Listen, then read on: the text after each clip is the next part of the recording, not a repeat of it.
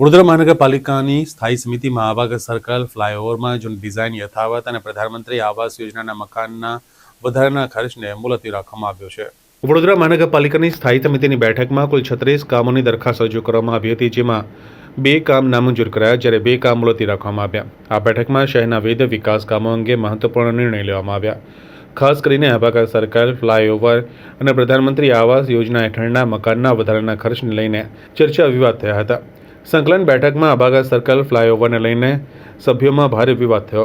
સમા વિસ્તારના આબાગત સર્કલ પર નવું ફ્લાયઓવર બનાવવાની યોજનાને લઈને આજે યોજેલી બેઠકમાં ચર્ચા કરવામાં આવી હતી. આ પ્રોજેક્ટની મૂળ કિંમત અંદાજે ₹42 કરોડ 85 લાખ હતી, જે હવે 56 કરોડ 56 લાખ સુધી પહોંચી ગઈ છે, એટલે કે 32% વધારાનો ખર્ચ થવાનો હતો. આ ઉપરાંત જો આ બ્રિજ હયાત ઉર્મી બ્રિજ સાથે જોડવામાં આવે તો કુલ ખર્ચ ₹120 કરોડથી વધુ થઈ શકે તેવી શક્યતા વ્યક્ત કરવામાં આવી હતી. સ્થાયી સમિતિના સભ્યો વચ્ચે આ પ્રસ્તાવ અંગે તીવ્ર મતભેદ જોવા મળ્યા હતા. કેટલાક સભ્યોએ આબાગત સર્કલથી હાઈવે સુધી બ્રિજ લંબાવવાની માંગણી કરી હતી, જેથી ટ્રાફિકની સમસ્યા હલ થાય, જ્યારે 9 સભ્યોએ જૂની ડિઝાઇન મુજબ બ્રિજ બનાવવા ટેકો આપ્યો હતો. 8 સભ્યો નવી ડિઝાઇનના સમર્થક હતા. બહુમતી જૂની ડિઝાઇનના પક્ષમાં હોવાથી આ પ્રસ્તાવને નામંજૂર કરી દેવામાં આવ્યો હતો. દરખાસ્ત નામંજૂર થતાં હવે પાલિકાને વધારાનો ખર્ચ નહીં કરવો પડે. આજે સ્ટેન્ડિંગની બેઠક મળી, એમાં 36 રેગ્યુલર દરખાસ્તો અને 3 વધારાની દરખાસ્તો, ટોટલ 39 દરખાસ્તો ચડાવવામાં આવી હતી. એમાંથી 2 નામંજૂર કરવામાં આવી છે અને 2 મુલતવી કરવામાં આવી છે. જે દરખાસ્તોની વિગત છે એમાં પ્રધાનમંત્રી આવાસ યોજના હેઠળ જે EWS 2ના આવાસ બન્યા હતા, એના જે લાભાર્થીઓ પાસે લાભાર્થી ફાળો લેવાનો હતો, જેને માફ કરવાની દરખાસ્ત હતી, જેમાં લગભગ આશરે 18 કરોડનું ભરણ આવ્યું હતું. આ દરખાસ્તના વધુ વિચારણા અર્થે મુલતવી રાખવામાં આવી છે. કારાલીબાગ ખાતે જે રાત્રિ બજારની દુકાનોના પરવાનાદારો હતા, એમને 10%ના ભાવ વધારા સાથે એમનો પરવાનો 3 વર્ષ માટે રિન્યૂ કરવાના કામને મંજૂરી આપવામાં આવી છે.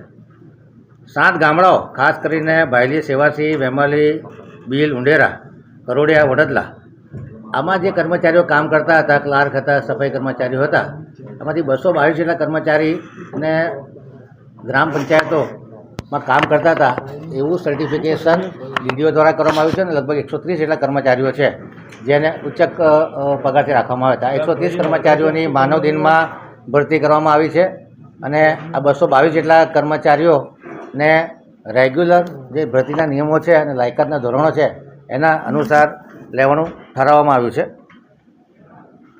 ખાસ કરીને પૂર્વ વિસ્તારની વાત કરીએ તો પાણીના લો પ્રેશરની ફરિયાદોના નિવારણ અર્થે હરણી સ્કલ્પચર પાર્ક ખાતે બુસ્ટર પંપ બનાવવાનો, એવી જ રીતે ઉકાજીના વાડિયામાં બુસ્ટર પંપ બનાવવાનો, રાજીવનગર બુસ્ટર પંપ બનાવવાનો અને પાણી ગેટની ઓવરહેડ ટેન્ક બનાવવાની. આ જે બુસ્ટર બનાવ્યા છે એમાં 2 જગ્યાએ 5 mldના બુસ્ટર છે અને હરણી ખાતે 8 mldનો બુસ્ટર બનાવેલો છે.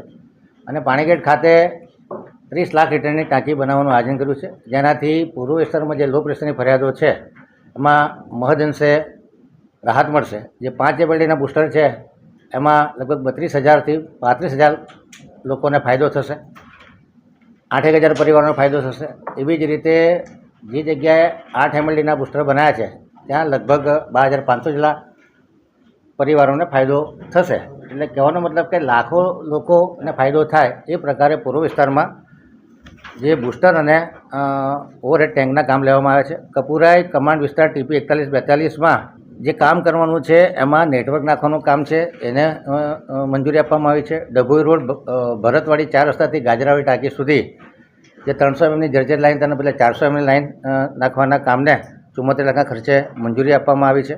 ફતેગંજ પાસે જે ફાજલપુરની લાઇનમાં લીકેજ થયું હતું, જેને ટેમ્પરરી ધોરણે બંધ કરવામાં હતું, અવારનવાર ત્યાં રિપેરિંગ આવતું હોય છે, તેથી એને બાયપાસ કરવાના જે કામ છે બ્રિજની નીચેથી એ 77 લાખના 93 લાખ રૂપિયાના કામને મંજૂરી આપવામાં આવી છે.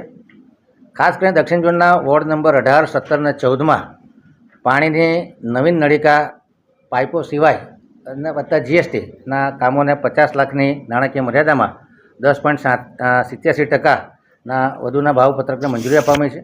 ખાસ કરીને વોર્ડ નંબર 14માં આ નાણાકીય મર્યાદા 75 લાખ રૂપિયાની રાખવામાં આવી છે. પૂર્વ જૂના 75 લાખની નાણાકીય મર્યાદા વધારવામાં જૂના ઇજારામાં 50 લાખ હતા એની બદલે 75 લાખની નાણાકીય મર્યાદા વધારવામાં આવી છે. અબાકસ સર્કલ 30 મીટરના રોડ પર જે ફ્લાયઓવર બ્રિજ છે એ કામને જે બંને બ્રિજને ઉર્વી બ્રિજ અને અબાકસ સર્કલના બ્રિજને જોડવાના તે કામને નામંજૂર કરવામાં આવ્યું છે અને એના બદલે મૂળ ડિઝાઇન પ્રમાણે 16.80 મીટરનો 2 લેન બ્રિજ સિંગલ પિયરવાળો ફક્ત અબાકસ સર્કલ પર બનાવવાના કામને મંજૂરી આપવામાં આવી છે. પૂર્વ ઝોનમાં સમર્પણ પાર્ક, ધરતી ટેનામેન્ટ, મહાલક્ષ્મી પાર્ક અને ઉકાજીના વાડિયા વગેરે આસપાસમાં લોક સુધારણા માટે બુસ્ટરના કામને મંજૂરી આપવામાં આવી છે. 2 નંગ વીડ હાર્વેસ્ટર મશીન હતા એના ઓએનએમમાં 2 વર્ષની મંજૂરી માગવામાં તેના બદલે 1 વર્ષ ઇજારો કરવાનું ઠેરવવામાં આવ્યું છે. જે 20 નંગ જીસીબી એક્સકેવેટર લેવાના હતા એના બદલે 10 નંગ જીસીબી એક્સકેવેટર 24,27,000ની કિંમતનું એક, આમ ટોટલ જે 10 જીસીબી લેવા છે એ કામને મંજૂરી આપવામાં આવી છે. 12 નંગ ટાટા મેકના જે એફસી ટીપર છે એ ખરીદવાના કામને મંજૂરી આપવામાં આવી છે. 16 નંગ યુટિલિટી વ્હીકલ, ખાસ કરીને 4 વ્હીલ ડ્રાઈવ બોલેરો ગાડી